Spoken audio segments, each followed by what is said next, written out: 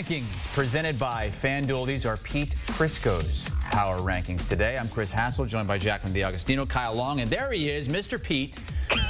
You hadn't had many changes to your top 3, top 4 the last several weeks, but this week was a little bit different with your Bills giving up 44 points. Yeah, they were not good on defense. They also had a punt block for a touchdown, and Josh Allen was amazing, and they still couldn't win the game. But they showed how good they are offensively, and we still don't get the full effect of them offensively. You haven't seen that group with Cooper being there, with Kincaid and Coleman all on the field, to Shakir all together. One game, only one game. Can you imagine when they all get back and they start really playing offensive football? So that offense hasn't hit its peak just yet, in your opinion. All right, well, we're getting a look at those power rankings. The biggest faller, of course, to Chris's point, within the top 5, that goes to the Bills. They are now down to number 5. The biggest riser on the whole list, the Jags. They are up 5 spots to number 27. And they did one of the 5 dumbest things I've ever seen a team do. They won. Titans? Yeah. They won. I know. I mean, what are they doing? You had the number 1 overall pick. What are you doing? Maybe they don't want to be on the wrong side of history where they're picking, the top pick 3 times in the last 5 years. They want to get away from that. Who knows? The biggest faller, that goes to the Cardinals, down 4 spots to number 17. Lions, they stay at number 1. But let's get back to the Bills. The biggest faller within the top 5 at the top there. They are now at number 5. And you mentioned it, Pete, despite this historic night from Josh Allen, the Rams still win. I feel like a lot of folks had a feeling that they perhaps might be upset by the Rams here and this team and this late season surge from the Rams and Sean McVay. Pete, do you think the Rams exposed something about the Bills that we maybe didn't know in terms of the defense, or has that always kind of been a concern for you? Well, the defense has been a concern, and one of the problems in that game was they didn't get a lot of pass rush. And this is a team that has to get pass rush. You have Von Miller. He's got to be the sack, fumble, game over guy, and he provided some, but not enough. Greg Russo didn't do a lot, and that's going to be their undoing maybe in the postseason if they can't pressure the quarterback. The cornerbacks, the way they play a lot of off coverage, play a lot of zone. John McDermott loves playing zone. That's fine, but you got to be able to pressure the quarterback. They couldn't pressure the quarterbacks. Matt Stafford and that group of receivers did whatever they wanted to. Yeah, Josh Allen and that Bills offense is impressive as anything you'll ever see. But you look on the other sideline, Matt Stafford, Sean McVay, those guys are impressive too. I thought that win by the Rams told us more about the Rams than it did about the Buffalo Bills. That being said, watch out for the team out west. And for the Buffalo Bills, I don't really have a ton of concern because I know they can go blow for blow with anybody. But I think that Rams team right now is the offensive juggernaut. Here's the other thing. That was crazy. Yeah, they clinched the division. Running it, catching it. They clinched the division the week before, and now you got the Lions this week in a game that's being, really publicized all over the place and promoted, and you went out and played a team on the West Coast that was sitting there. That could be tough to do, and they still were in the game. In Detroit, 4:25 Eastern on CBS. The NFL Today crew will be there for that one. Josh Allen, still the favorite, quite favorably, to be the MVP of the league this season. There you see the very bottom, the Seattle Seahawks, into the top 10 after 4 straight wins. They have a game lead in that division over the Rams, Pete.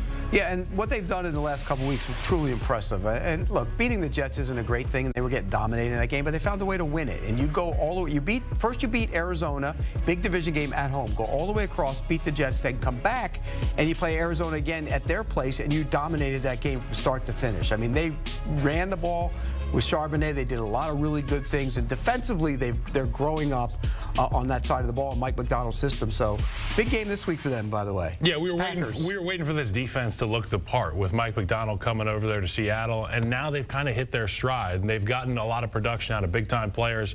When you got a guy like Geno Smith, I know he is not in that top echelon of quarterbacks in a lot of people's opinions, but he's dang good enough to get this thing done. And to beat a division opponent twice in 3 weeks in the fashion that they did, they embarrassed him in Seattle, and then they went down to Arizona and handled their business. Really impressive by Seattle. They're going to have to make a run, and it's going to be a collision course with that Los Angeles Rams team in the final week of the regular season. To your point, Pete, about Charbonnet, I left him on my bench in fantasy, and Chris absolutely it wouldn't have destroyed me. It No, it would have. No, I think it would have. I put up like 200 points. It was 187. And I had like all of the Vikings pass catchers in my game. I mean, it would have been closer. I sent a message to Jacqueline in that game. He's telling me to shut up and stop talking about your fantasy team on the show. Close doesn't matter. Oh, yeah. Well, ain't that the truth? Chiefs. Right. Wins, win. We're going to talk more about the Chiefs in a moment, but I want to get back to the Rams because, we just kind of touched on it a little bit. They're starting to get healthy. Everything is coming into focus for them down the stretch. And Kyle, you said you learned more about the Rams than you did about the Bills in that win. They're also a riser on Pete's power rankings. What did you learn about the Rams? I learned that they answered the big question that we had about this Los Angeles Rams team in the beginning of the year, and that was, can their offensive line hold up? And when you got an old salty dog like Matt Stafford who can make things happen when he's got time, that's exactly what we saw against the Buffalo Bills. And to Pete's point, you got to have guys that can go get the quarterback.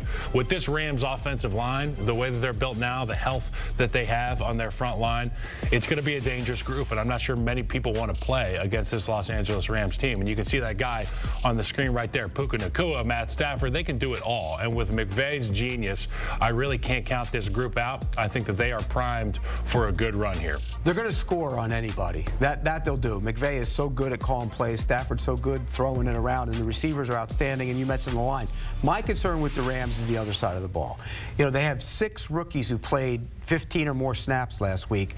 5 of those guys played 30 or more snaps, and the secondary has problems at times. They're vulnerable in the back end. They have a couple rookies playing back there.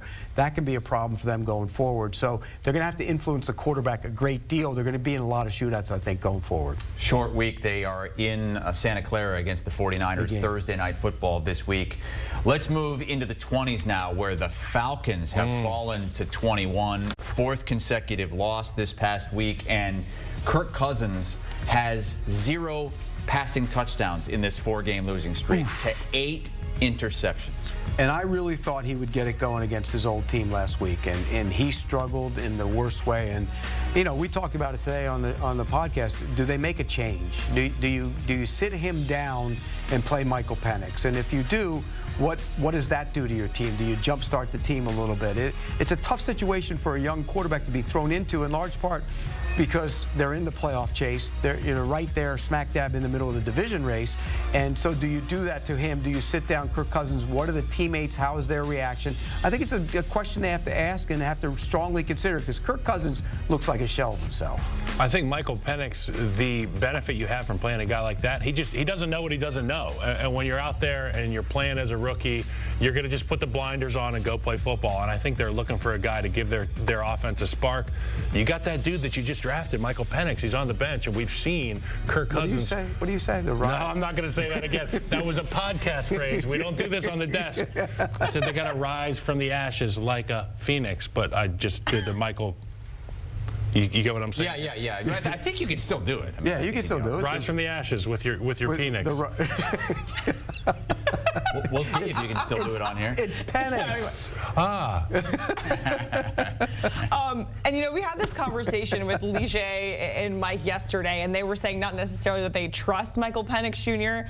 I almost just slipped up and said it the other way. Be careful. If you trust him at this point, but it's more of just like throwing things at the wall and seeing what sticks at this point. Confident youth, a little bit of mobility. Obviously, the guy's got great arm talent. We saw it at Washington. And if you're this group with all these skill players, all the people that can get the football out of the backfield, at the receiver position, I want a guy who's going to give us a chance. Kirk Cousins has not given this football team a chance. You said it. I thought we were going to get the best version of him against his old team, and it just wasn't that. And I don't think it's coming anytime soon. Well, you can see what's holding him back. He's wearing his wedding ring while he's playing football. Oh, the Quelo. I got one of those, too. I got one of those, too. Yeah. But I don't think I would wear it playing football. Would you? I don't know. I don't think you've played much football, Pete, right? Who? Me? Pete wore a promise bracelet when he played high school football. He's got the Taylor Swift thing and the promise bracelet. You know what I wore when I played football? I taped my arms up and put little metal blades in the thing and used little things in there. That's violent and dangerous. That's dangerous. All right. They were more like heavy metal in there, so if you hit somebody with it, it would tape it up. I didn't see that in the throwback Pete football. The Aziz Al-Shaair move. That was commonplace. Something that we haven't really talked about, I think, once this season is the Jags being a riser in your power rankings, and now they are the biggest riser at this point in the season because they go and beat the Titans. Our guy T-Law, he's out for the season. We know that. There's no T-Law. Trevor Lawrence. There's T-Law or Trevor Lawrence, whichever you prefer. It's Mac Jones time. What are they doing, Pete? Like they're so close to having that #1 overall pick, and then they go and beat the Titans, and now they're And 5 you know spots what? up in your power rankings. And you look at their schedule, the remaining schedule is a joke. They're going to win a couple games. They're going to blow the draft pick. And the value of that pick wasn't that they needed a quarterback. The value of that draft pick was you'd be able to trade down and get assets. And they need assets. They need offensive linemen. They need interior offensive linemen. And now you look at that schedule. Jets, Raiders, Titans, and Colts. They can win a couple of those games. Yep. And if they do, they're going to be pushed down the board a little bit more. I had this argument with somebody up there the other day. I said, look, beating your rival, nobody in town cares. Yep. Nobody cares. They'd rather they lost the game. They want good feeling, and there's no good feeling by beating a team that stinks 10-6. It's just not a good feeling. Yeah, it's a weird place to be as a player because you never want to go out there and play to lose. But, you know, you're in this situation. You want your roster to get better. And you said it best. I mean, you're not looking to get a quarterback with the top pick. You're looking to get a king's ransom for swapping that thing with somebody else. And if I'm a player on this team and I'll be like, I want to play well, but it would be nice if we could lose. We could have a way better team next year. Here's the other thing about it. If they win a couple of these games, does that send good message to the owner? And he says, well, keep them. Maybe I'll keep them. No way. And that can't happen with the way that fan base is checked out on them. No way that can happen. Keep him in terms of the players, Doug Peterson? Keep Doug the party Peterson together. and Trent Baalke. No. Yeah, Keep the band together. I was just going to ask, if they do win down the stretch, do you think Doug Peterson is still the head coach, in your opinion? I don't. I think he's going to make a change both the general manager and the head coach. But nobody knows because he's so unpredictable. Yeah. All right, we'll have to wait and see.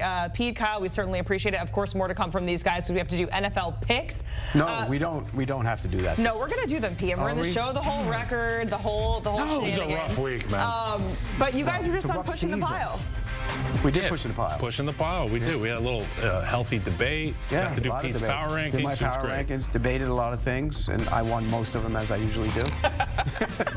You guys are wearing the same shirt. I thought we weren't going to bring that up, but here we are. I told you Chris was going to bring it up. Of course he was going to bring it up. Well, you know what? Shout out to Travis Matthew. Yes, absolutely. And I was going to be mini-me today. Twins. I think you guys look nice.